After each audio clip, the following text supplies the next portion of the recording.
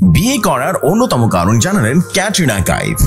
তারকাদের সম্পর্ক নিয়ে ভক্ত অনুরাগী থেকে শুরু করে নেটিজেনদের বেশ আলোচনা সমালোচনা করে থাকেন।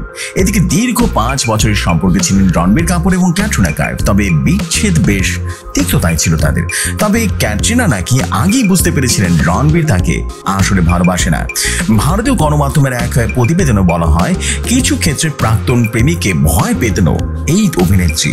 সাক্ষাৎকারে ক্যাটরিনা কাইফ জানিয়েছিলেন ঠিক কোন বিষয়টি ভয় পেতেন তিনি জানিয়েছিলেন, বিয়ের মন্তব্যে কনের বেশে পৌঁছে যাওয়ার পরেও তার মনে প্রশ্ন থেকে যেত, আদৌ কি রণবীর তাকে ভালোবাসেন।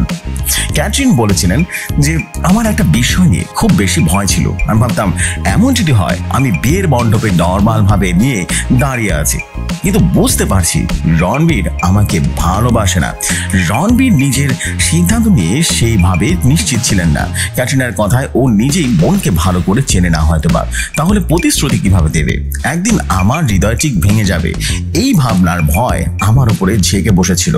ক্যাটরিনা কাইফ জানিয়েছিলেন তিনি রণবীর পরিবারের ঘনিষ্ঠ হতে চান, কিন্তু হয়ে উঠতে পারেননি। অভিনেত্রী বলেন, আমি রণবীরের পরিবারের খুব কাছের নয়, তবে আমি হতে চেয়েছিলাম। ওদের সঙ্গে আমি বেশি মিশতে চাই। বিয়ে করার অন্যতম কারণ হলো পরিবার। আমি খুবই প্রতিক্রিয়াশীল মানুষ।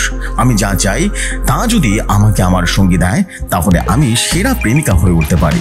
এমনই সব নিত্য নতুন নিউজ পেতে রেডিও শর্ট নিউজের সাথেই থাকুন। আমাদের ফেসবুক পেজে লাইক, ফলো এবং শেয়ার করে দিতে ভুলবেন না।